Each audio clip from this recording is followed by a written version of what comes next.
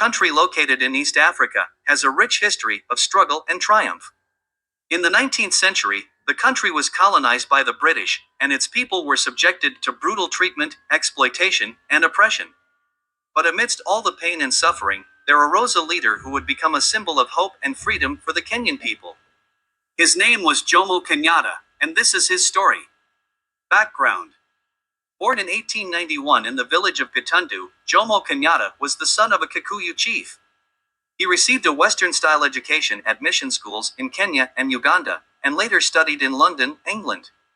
In 1929, he became involved in the Kikuyu Central Association, a political organization that aimed to promote the rights and interests of the Kikuyu people.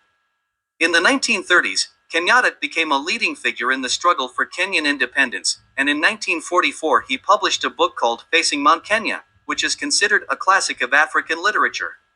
But his activism did not go unnoticed by the British colonial authorities, and he was arrested and imprisoned several times.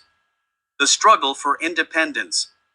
In 1952, the Mau Mau uprising broke out in Kenya, as a group of Kikuyu rebels began an armed struggle against British colonial rule.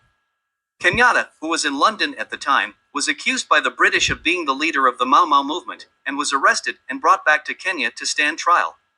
Despite a lack of evidence, Kenyatta was convicted of managing the Mau Mau rebellion, and was sentenced to 7 years in prison.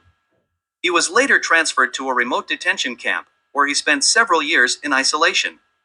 During his time in prison, Kenyatta continued to be a symbol of hope and inspiration for the Kenyan people, and his popularity only grew.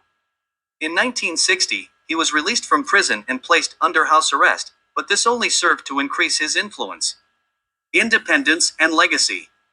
In 1963, Kenya finally gained its independence from Britain, and Kenyatta became the country's first president. He was re-elected in 1969 and 1974, and remained in power until his death in 1978.